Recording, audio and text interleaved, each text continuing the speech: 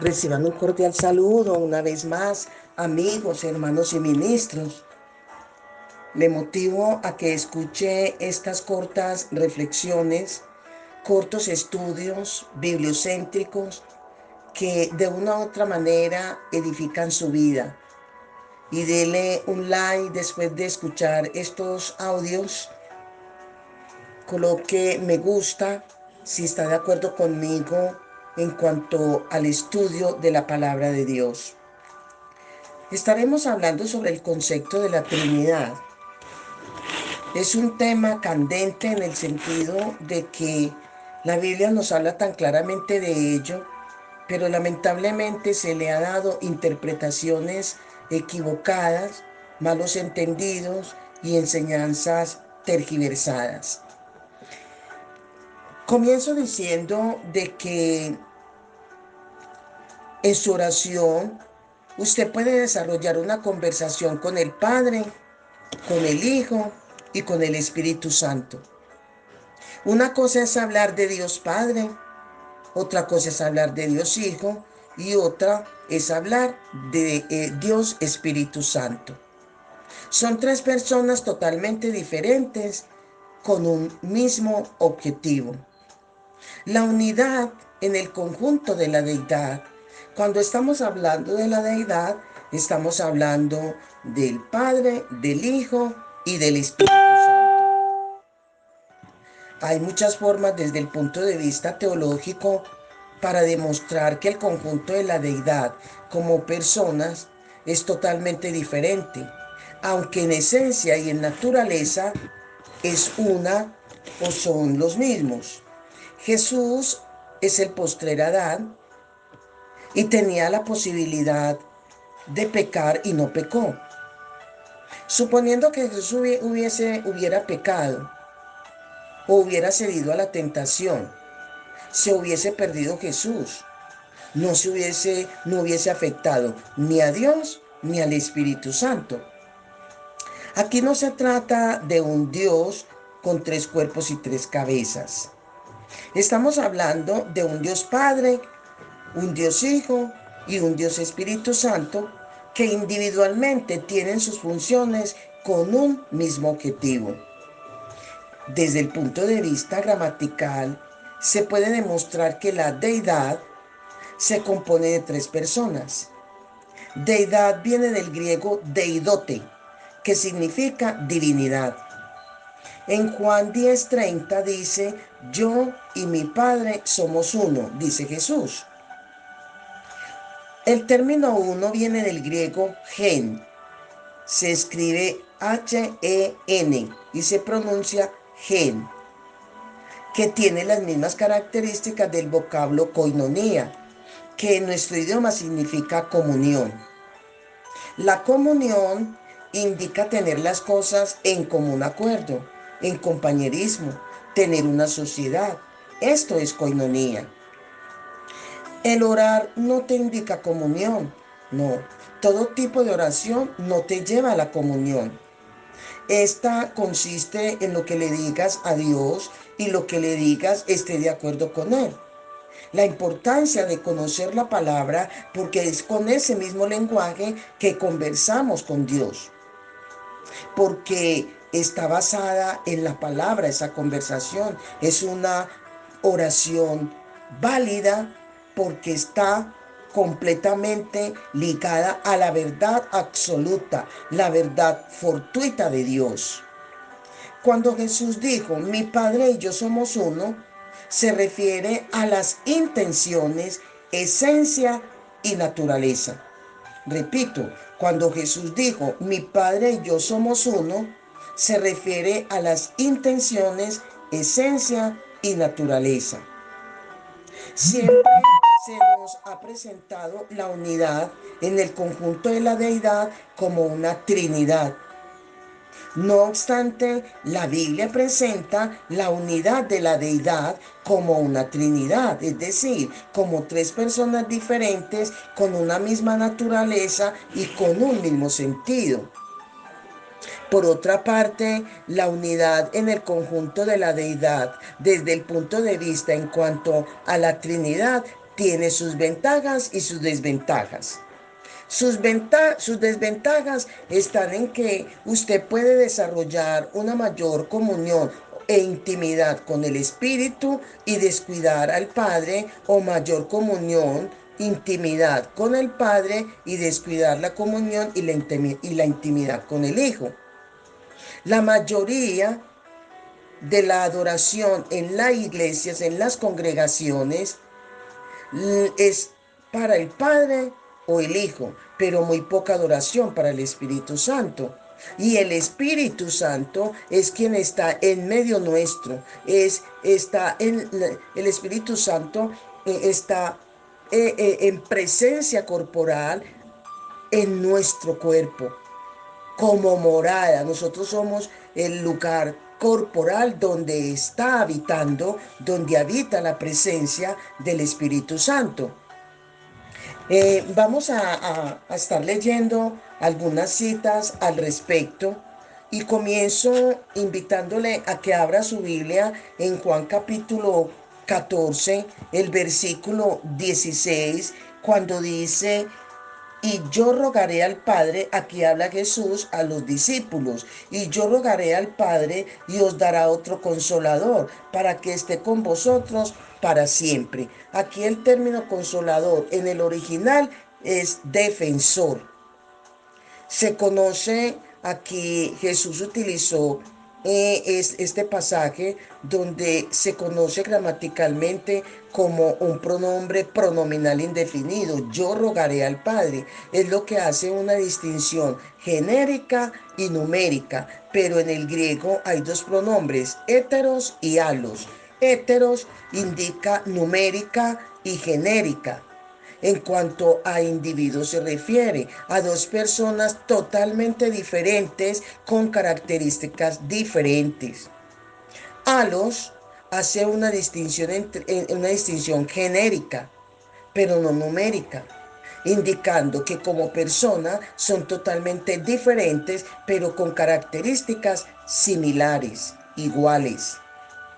El término que Jesús usó al referirse al Espíritu Santo como otro consolador, otro defensor, fue el término alos, haciendo una distinción numérica, pero no genérica. Sabemos que cuando hablamos de numérica es singular o plural. Cuando hablamos del término genérico es femenino masculino. Entonces vuelvo a repetir, aquí el término que Jesús utilizó al referirse al Espíritu Santo como consolador fue alos, haciendo una distinción numérica, ¿sí? Pero no genérica, o sea, ni femenino ni masculino.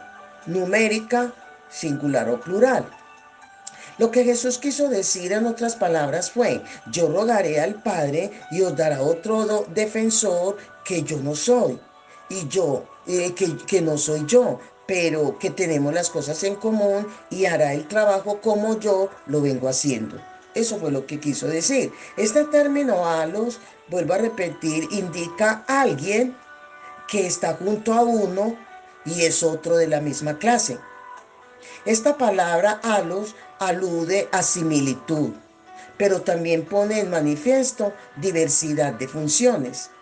En otras palabras, el uso que Jesús hace del término halos para hacer referencia a otro consolador, a otro defensor, equivale a uno junto a mí, además de mí, en adición a mí, aunque exactamente igual a mí, que en mi ausencia hará lo que yo hacía, porque tiene el mismo sentir que tengo yo.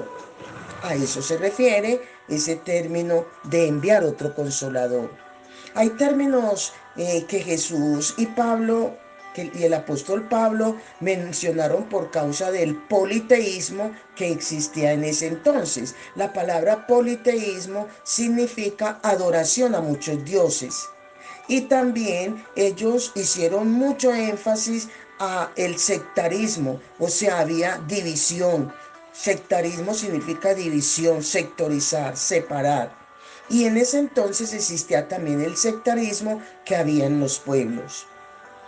Términos tales como el Señor uno es, Marcos 12:29, lo expresa Jesús. El único Dios verdadero, Juan 17:3, lo expresa Jesús.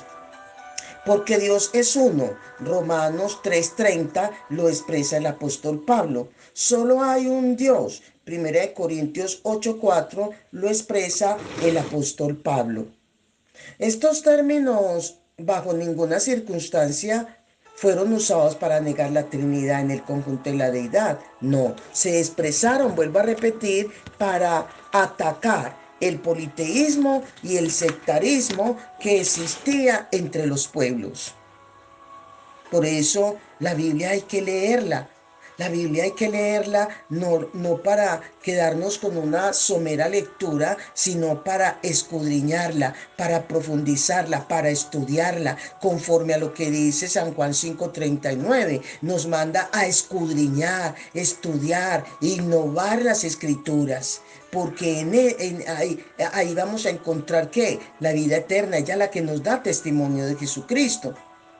La razón por la cual el apóstol Pablo dijo, Dios es uno, vuelvo a repetir, porque había un problema muy grave entre los judíos que se habían convertido al evangelio y querían que los gentiles hicieran actos de proselitismo dentro del evangelio, ¿sí? Pablo expuso que no hay que no hay un Dios para los judíos y otro Dios diferente para los gentiles. El mismo Dios de los judíos es el mismo para los gentiles, fue lo que Pablo recalcaba.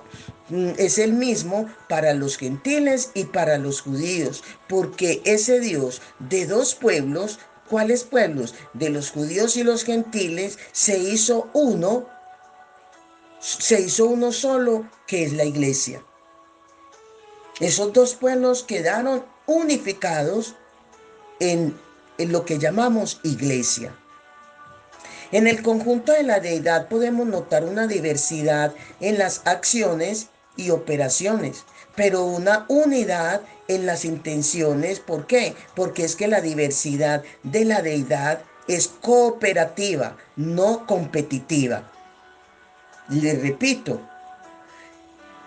la unidad de las intenciones en cuanto a al conjunto de la deidad, esa unidad en las intenciones es la diversidad de la deidad en cooperación, no en competitividad. A continuación, vamos a ver algunos textos o vamos a estar leyendo algunos textos como ejemplo que muestran la Trinidad en el conjunto de la deidad. Mateo, el capítulo 3, el versículo 16 y 17, dice, y Jesús, después que fue bautizado, subió enseguida del agua, y en ese momento los cielos le fueron abiertos, y vio al Espíritu de Dios que descendía como paloma y se posaba sobre él.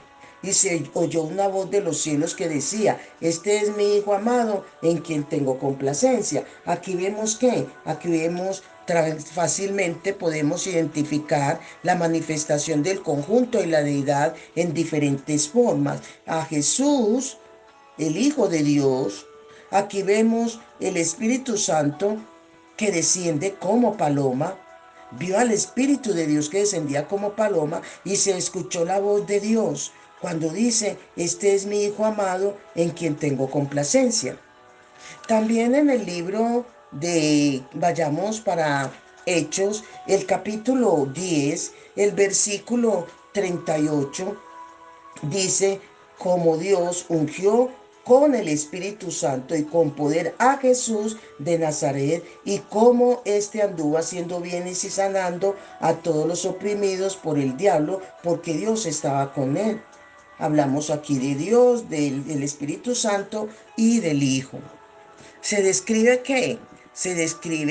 que el que unge es Dios Padre. El ungido es Cristo y la unción es el Espíritu Santo en este texto que acabo de leer. Son manifestaciones de tres personas con diferentes funciones, pero con un mismo objetivo y sentido. El sentido y el objetivo era ¿qué? Ungir. Aquí vemos también en Hechos, el capítulo 7, el versículo 55, que dice, pero Esteban, lleno del Espíritu Santo, puesto los ojos en el cielo, vio la gloria de Dios y a Jesús que estaba a la diestra de Dios. Habemos que el conjunto de la deidad. Aquí se denota la manifestación de quién. Vuelvo y repito, del conjunto de la deidad con diferentes funciones, pero con un solo objetivo. Aquí vemos que quien habla, aquí en este Mateo, devolviéndome un poco, en el libro de Mateo capítulo 3, el 16 y 17, devolviéndome un poco cuando el que habla es el Padre, quien desciende como paloma es el Espíritu Santo y quien estaba en el Jordán era el Hijo. En Hechos 7:55, en cuanto a la manifestación, vuelvo a leer, dice, pero estaba Esteban lleno del Espíritu Santo, puesto los ojos en el cielo, vio la gloria de Dios, o sea, el trono, y a Jesús que estaba a la diestra de Dios. Vemos aquí, el Padre estaba en su trono, el Hijo a la diestra y el Espíritu Santo morando en Esteban. ¿Ve?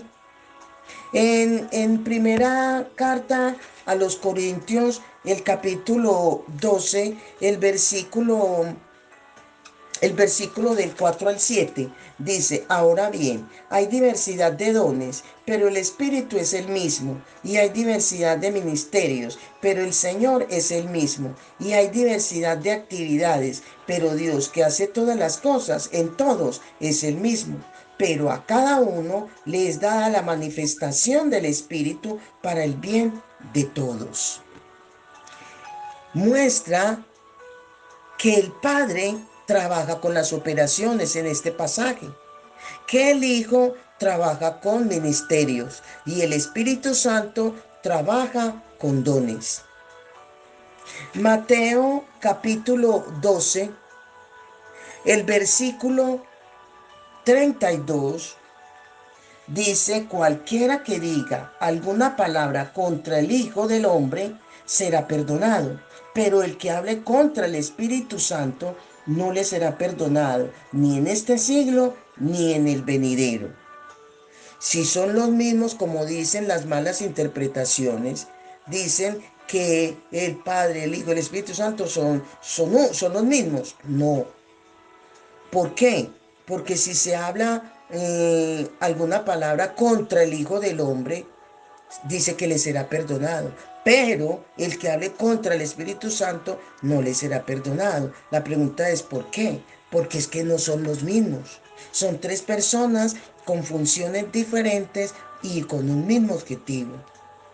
Juan, el libro de Juan, el capítulo, el capítulo 16, el versículo 10 nos dice, 16:10, nos está diciendo, dice, de justicia, por cuanto voy al Padre y no volveré jamás. Leámoslo desde el 9, dice, el 8, perdón. Cuando venga el Espíritu, cuando venga el Consolador al mundo, Él convencerá, cuando venga el Espíritu Santo, convencerá al mundo de pecado, de justicia y de juicio. De pecado por cuanto no creen en mí. De justicia por cuanto voy al Padre y no me veréis más. Aquí estamos viendo que el Espíritu Santo tomará lo de Jesús, tomará y nos lo hará saber. ¿A quién? A la iglesia.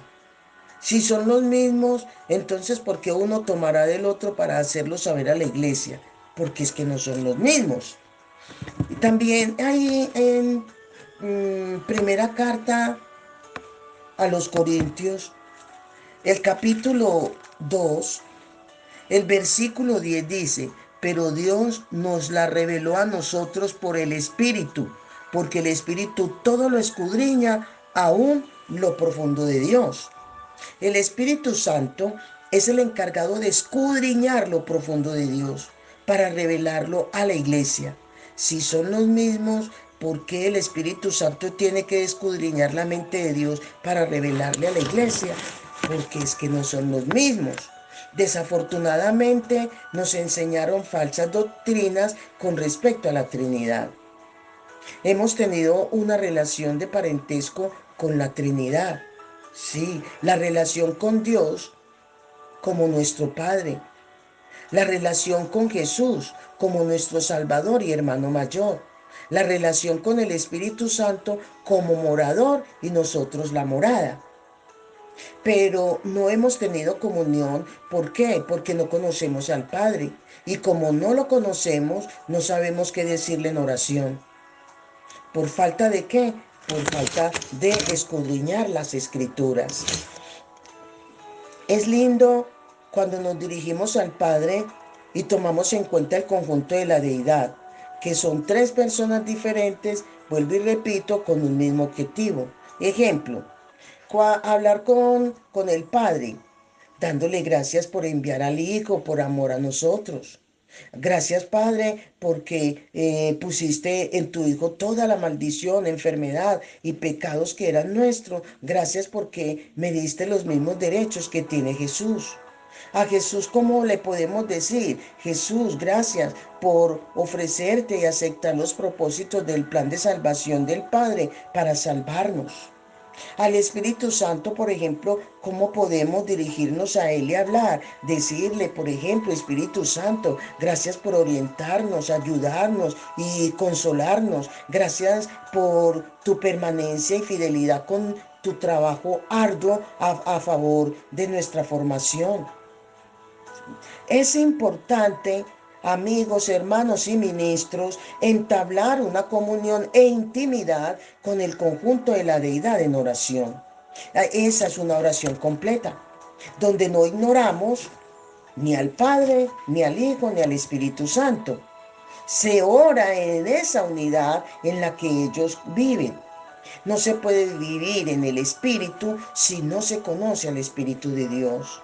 No se puede tener una verdadera comunión con el Padre si no se conoce a Dios.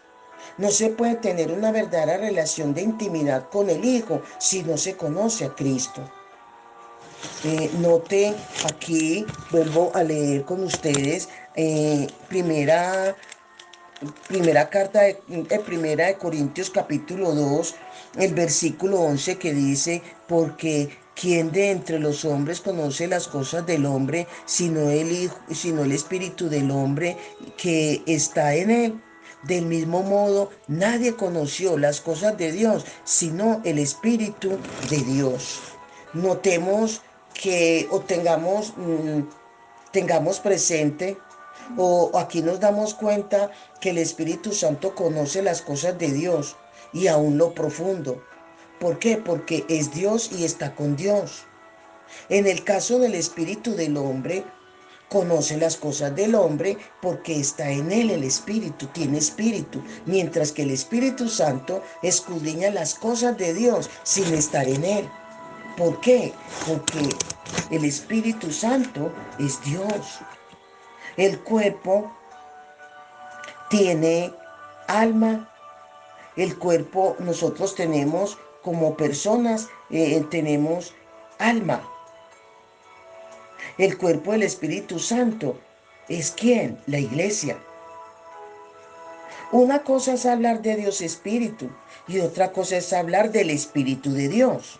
Escuche bien, una cosa es hablar de Dios Espíritu y otra cosa es hablar del Espíritu de Dios.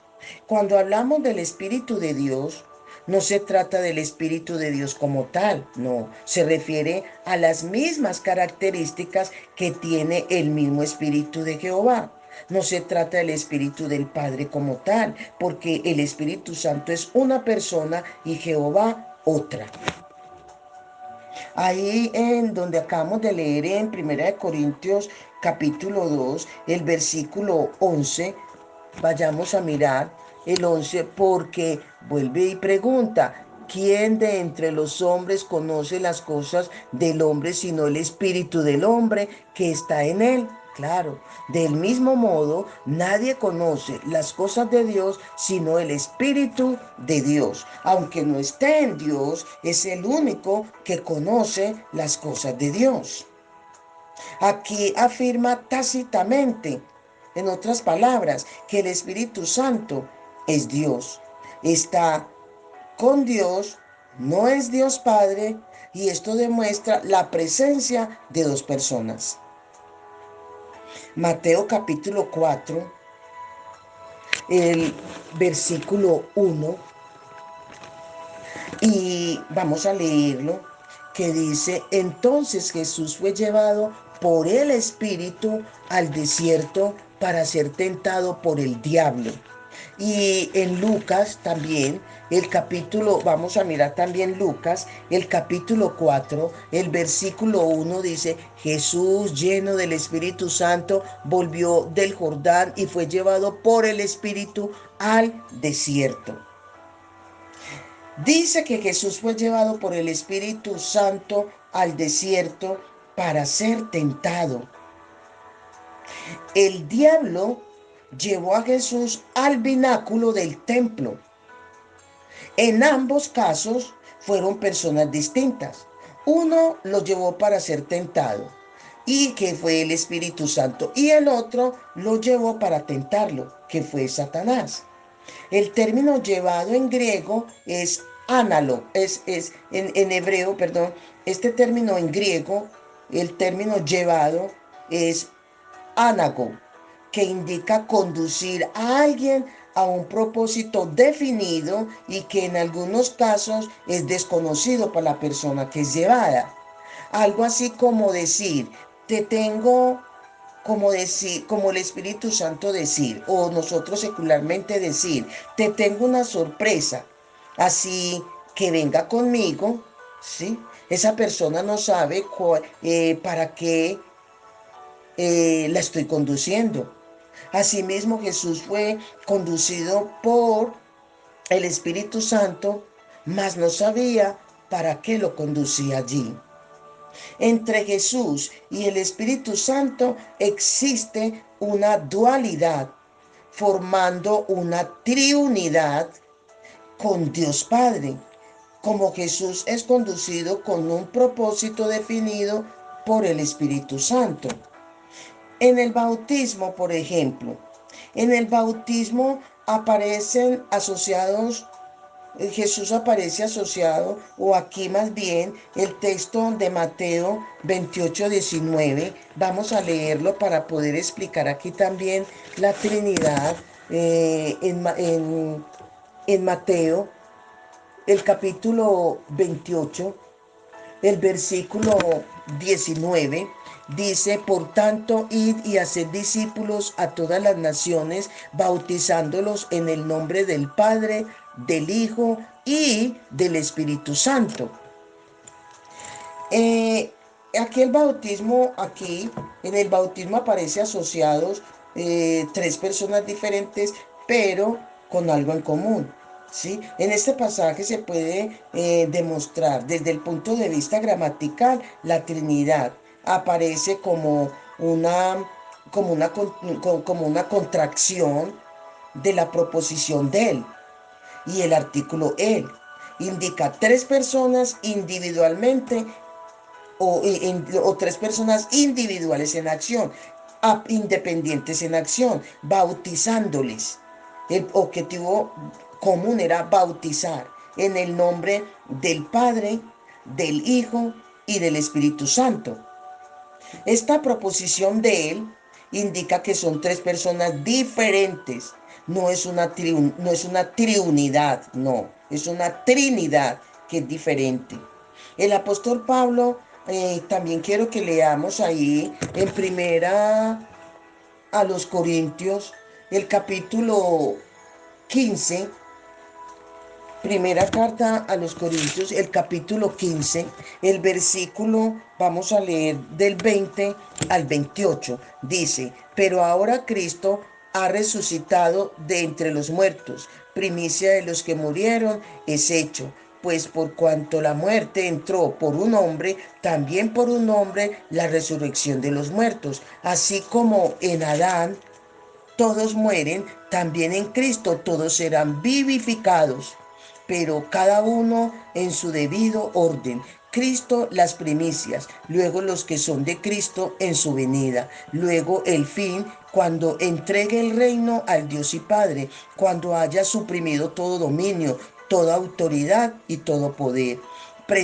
Dice, preciso es que él reine hasta que haya puesto a todos sus enemigos debajo de sus pies. Y el postrer enemigo que será destruido es la muerte, porque todas las cosas las sujetó debajo de sus pies. Y cuando dice todas las cosas han sido sujetadas a él, claramente se exceptúa aquel que sujetó a él todas las cosas. Pero luego que todas las cosas le están sujetas, entonces también el Hijo mismo se sujetará al que le sujetó a él todas las cosas, para que Dios sea todo en todos.